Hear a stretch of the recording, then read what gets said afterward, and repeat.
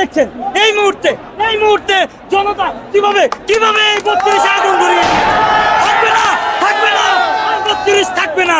ছাত্র জনতার আগুনে দাউ দাউ করে চলছে 32। আপা আপনি কোথায়? আসুন চট করে আপা আপনি ছাড়া কেউ আপনি ছাড়া কেউ এই আগুন নিবাতে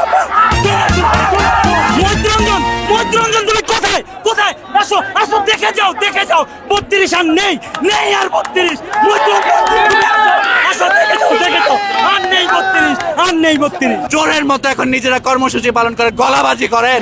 পারলে আজকে নিজের বাপের ঠিকানা বাঁচাইতেন, পারলেন না তো। 32 আসে উৎসব চলছে। কিসের উৎসব?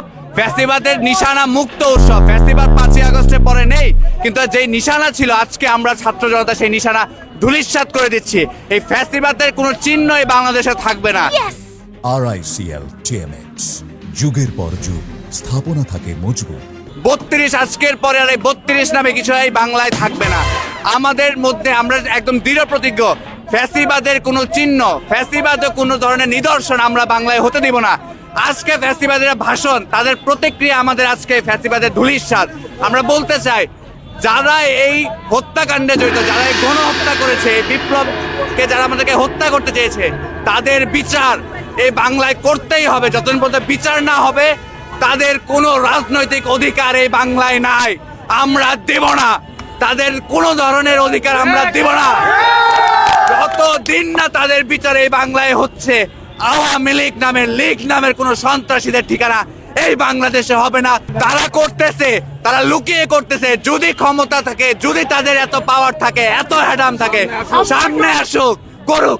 আমরা আজকে দেখেন আপনাদের সামনে 32 ভাঙতেছি, আপনাদের সামনে 32 আজকে ভাঙচুর হচ্ছে। তাদেরকে বলেন জনসম্মুখে এসে কর্মসূচি পালন করতে। চোরের মতো কেন? বুবু পালায় গেছে, নেত্রী পালায় গেছে, চোরের মতো এখন নিজেরা কর্মসূচি পালন করে গলাবাজি করেন। পারলে আজকে নিজের বাপের ঠিকানা বাঁচাইতেন, পারলেন না তো। এত হ্যাডাম থাকলে আজকে 32 বাঁচাইতেন, পারলেন না তো। দেখে আসলাম মুজিববাদের কবর, ভেতরে আমরা দেখে আসলাম ফ্যাসিবাদের কবর।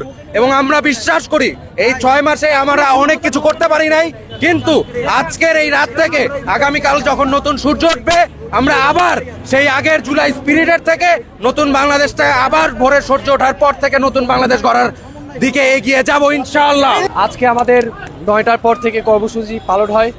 এই যে দেখতে পাচ্ছেন আওয়ামী লীগের কালো সন্ত্রাসী কর্মকাণ্ড এখান থেকেই সবকিছু হতো। সেই 71 থেকে মুজিব সবাই আমরা ভাবি যে মুজিব অনেকই ছিল, কিন্তু হাসিনার থেকেও বড় জালেম মুজিব ছিল। সেটা আমরা মেজর ডালিমের কাছ থেকে